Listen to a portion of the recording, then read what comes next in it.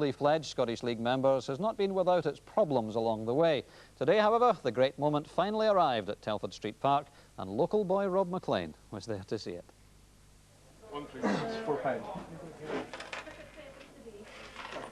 Merger mania gave way to football fever in Inverness at long last, as fans piled in for the historic first match in the new third division. But still some controversy, no mention of Thistle at the front gate, a touch inflammatory. It's a simple statement of fact. Whether or not that should be the sign at this precise moment is certainly open to debate and open to interpretation. The real fact is that 1 year from now there will be a new stadium, and that will be the property of Inverness in terms of that people not only... The difficulty is that the attendances last season suggested that the vast majority of people interested in football in Inverness do not go to Highland League football, did not watch either Caley or Thistle. There is a vast audience out there to be addressed. There's a great source of goodwill, and that has to be harnessed. The difficulty is a little local difficulty. Strains and tensions have to be overcome first. What would your message be to supporters in Inverness of all factions? Well, personally, there's a lot of neutral folk. I mean, we've got an average crowd of probably 500–600, whereas we had 5,000 down to St Johnstone, Scottish Cap. So there are a lot of neutrals out there, and we'd like to see them along, you know, as often as possible to boost our crowds. Obviously, we would like to get the 1,000 people through the gate every week. Forget about the politics and support the team. Exactly, because at the end of the day, we've got Sergei Baltacha, and there's some attractive football to be seen down here. Then the big kick-off, a momentous moment in Inverness. Charlie Christie's wish for a football talk to replace the great off-field debate came true, although Arbroath gave early evidence that they might have plans to spoil the party. John Riley's played for Dundee United and Motherwell and was Cowdenbeath manager for a spell. Here he worked the opening himself, but couldn't quite find the shot to match.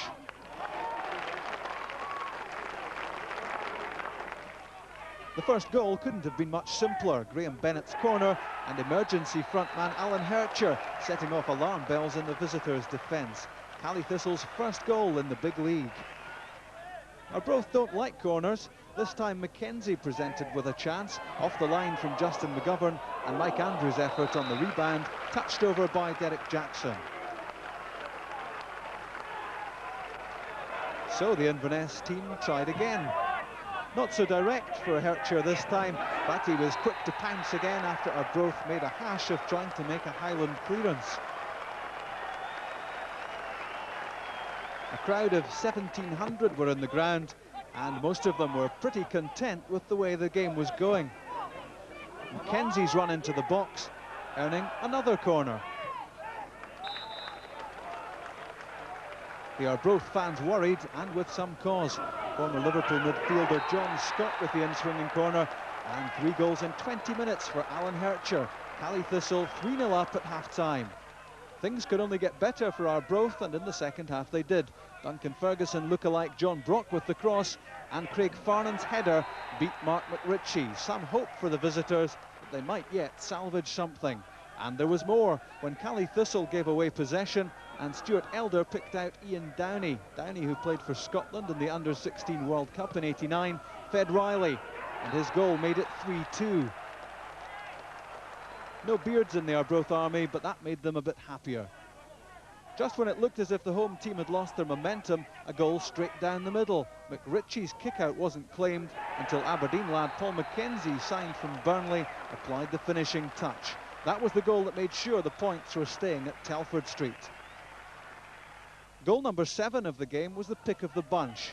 Ex-Inverness Clach player Graham Bennett went on the counter-attack, and the timing of his pass and Wilson Robertson's run were both spot on.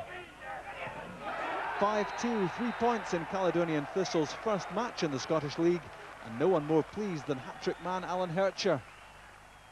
Tremendous, unbelievable, really enjoyed it. Great start.